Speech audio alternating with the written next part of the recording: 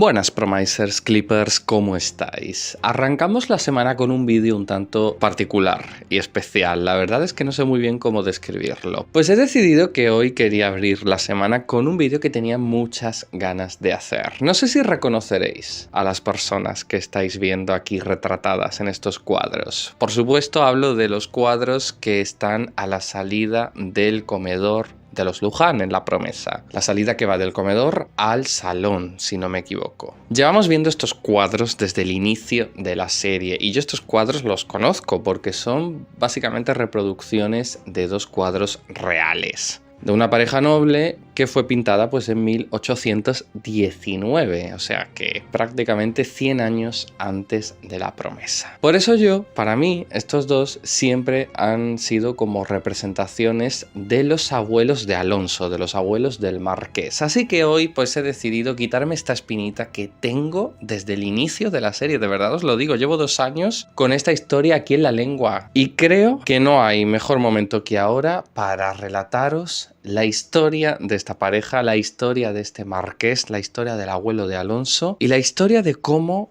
os voy a decir yo, que comenzó para mí la decadencia de los Luján y la decadencia de un marquesado que prácticamente sobrevive una ruina tras otra sin levantar cabeza. Así que quedaos porque vamos a viajar en el tiempo hacia atrás más que nunca a inicios del siglo XIX para conocer la vida del abuelo de Alonso, el primer Manuel de Luján, que es como he decidido llamarlo. Pero antes, como siempre, pues ya sabéis que soy vuestro Juan, vuestro Cienfuegos, el único y el original, el que sabe de lo que habla, y ya podéis ir dándole me gusta al vídeo, suscribiéndoos si no lo estáis, que tenemos que seguir creciendo y por supuesto recordad que sí. ¿Os gustan estas historias que os cuento, como la del otro día, Los Pasadizos, esta? Pues tenéis disponible mi novela Postbellum, que está ahíta de historias, vamos, ahí os van a negar los cotilleos de época. También está de los años 20, y si la habéis leído y os ha gustado, pues por favor dejadme las 5 estrellitas, que me ayuda muchísimo, y también un breve comentario explicando por qué os ha gustado, que me ayuda todavía más para que la novela llegue a más y más gente. Y sin más, comienzo con esto, con la historia del primer Manuel de Luján, que nació en el año del señor 1799, y con él se aseguraba la continuidad de una de las casas más ilustres no solo del Valle de los Pedroches y Córdoba, sino también de esta agreste frontera norte de Andalucía. El marquesado de Luján en aquellos días se hallaba en un estado de florecimiento digno de su rango y abolengo. Sus dominios, con más de 800 hectáreas, comprendían vastas dehesas donde pastaban ovejas y el ganado porcino, además de más de 9 hectáreas de olivares y huertos que proveían frutos y cereales. Y por supuesto Manuel creció adorando estas tierras, adorando el pueblo de sus ancestros, el pueblo de Luján. Ya desde que era muy pituso, pues daba largos paseos a caballo junto a su madre entre las encinas y los campos de labor. Y por supuesto, desde su niñez fue instruido en las altas disciplinas del saber y el deber. Y de su educación se encargaron los frailes de un monasterio cercano a La Promesa. Clérigos versados en las ciencias y las letras que le impartieron latín, derecho, filosofía, matemáticas y hasta francés. Sin embargo, en el horizonte se cernía la sombra de una guerra que acabaría con todo, porque en 1808 estallaría la Guerra de Independencia en España, y con apenas 9 años, Manuelito vería cómo el reino era presa del caos. Las tropas napoleónicas avanzaban y en los campos de Andalucía se desataba una contienda feroz entre patriotas y ocupantes. Su padre, fiel vasallo de los reyes, no permaneció impasible. Armó a sus gentes, dio cobijo a guerrilleros y tropas regulares y juró resistir hasta la muerte al invasor francés. Pero aún así la guerra trajo consigo miseria y desolación. En Luján el hambre, las levas forzosas y los desmanes de los soldados convirtieron la vida en un infierno constante. Doña Leonor, la madre de Manuel, por decisión de su marido, huyó a Sevilla para resguardarse de la peor parte de la guerra. Pero Manuel, por decisión de su padre, permaneció en La Promesa al cuidado del mayordomo de la casa, don Tomás. Y la tragedia no tardó en amortajar a los Luján. En mayo de 1812, durante la batalla de Bornos, el marqués de Luján, de entonces el padre de Manuel, fue capturado y luego asesinado por las fuerzas francesas. Así que con solo 13 añitos, Manuel se convirtió en el nuevo marqués de Luján, heredando no solo el título, sino también una carga que amenazaba con aplastarlo. Podríamos decir que Manuel era un joven marqués en tiempos de ruina. El marquesado era una sombra de lo que había sido. Las tierras antaño florecientes yacían devastadas por la guerra. Los olivares estaban cubiertos de maleza. El ganado menguado hasta el punto que cualquier negocio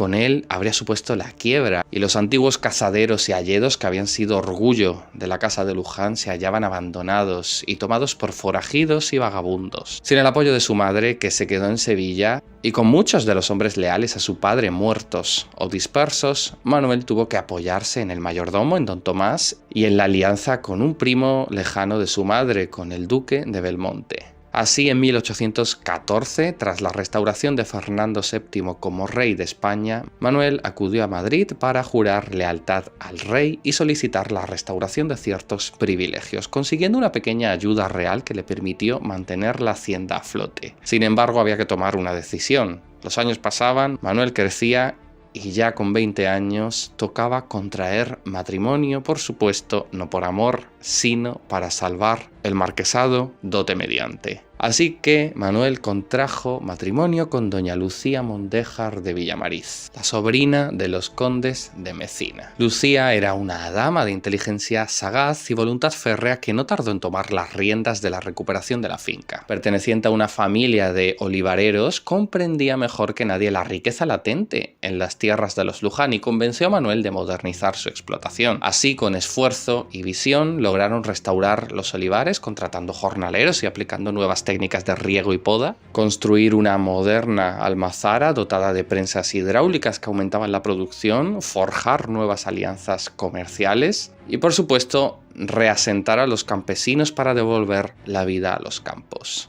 Y, por supuesto, por su enlace, por su boda, fueron retratados, aquí los tendríamos, don Manuel de Luján y doña Lucía Mondéjar de Villamariz. Sin embargo, ¿qué es la vida sino una constante pugna por sobrevivir?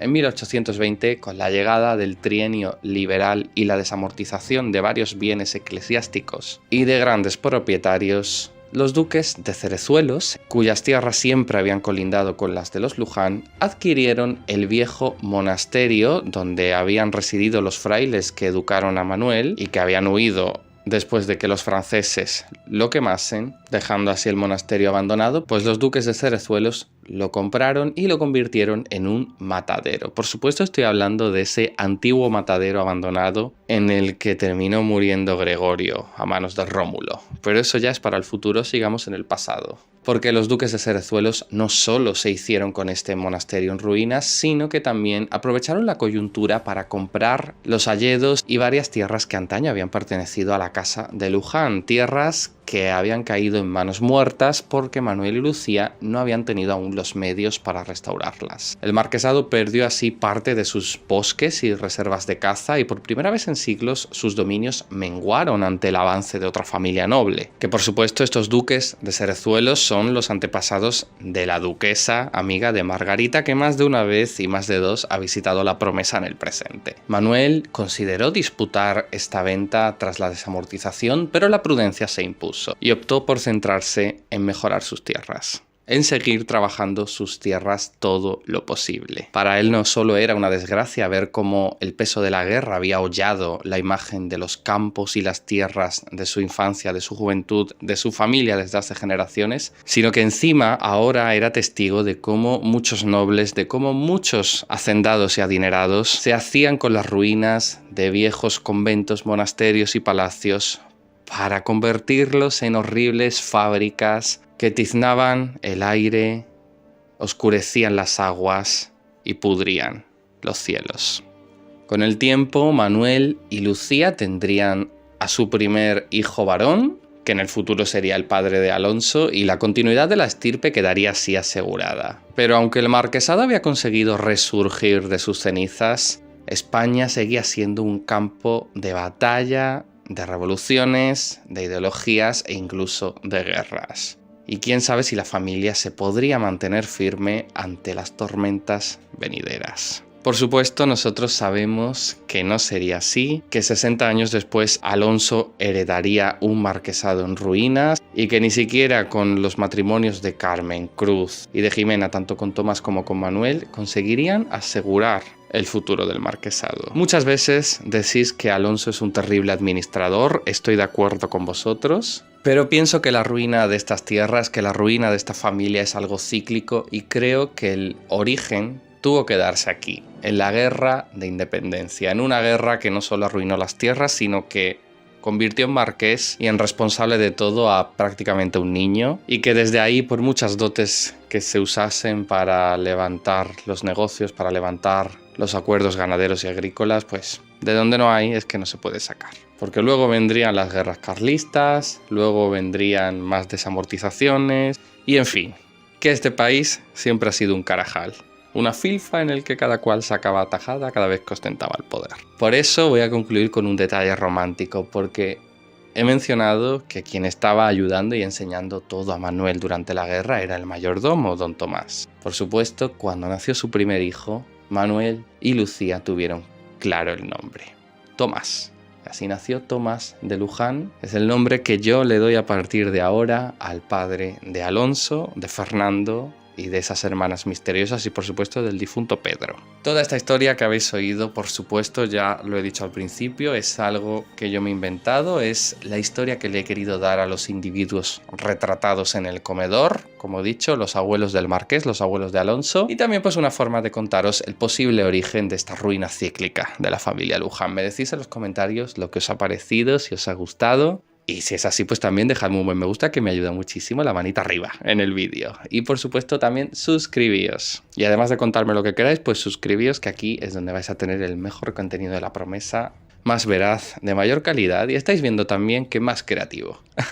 Y por supuesto, no puedo despedirme sin deciros que nada, que si tenéis todavía más ganas de historias de época, pues que tenéis disponible en Amazon mi novela Postbellum, un thriller de época ambientado en la España de 1920. Es un thriller, pero está lleno de pasión. Y bueno, vais a ver que la lectura no os va a dejar indiferente, porque bueno, va a parecer que estáis viviendo en esa época, que estáis viviendo en 1920, que estáis sintiendo la realidad de ese año día a día, y bueno, y que con el vocabulario también va a parecer que estáis hablando como en la España de entonces, con ese castellano, digamos, pseudo antiguo, y tiene pues unos personajes, como digo, súper pasionales, con ese Acacio Alborg que no puede asumir de quién se ha enamorado y que sufre por ello, con ese Eren que esconde tantos secretos, un refugiado de la Primera Guerra Mundial, conflicto que se trata muy bien como lo vivió España entonces, y con una villana que, bueno, es una villana a la altura de Cruz y a la altura de todas las villanas que hemos tenido en las series diarias. Doña Juana Janeiro, una mujer de armas tomar, por supuesto, como siempre, enamorada de quien no debe. Como digo, está disponible en Amazon, tenéis el enlace tanto en la cajita de descripción como en el primer comentario fijado, y yo con esto me despido aquí.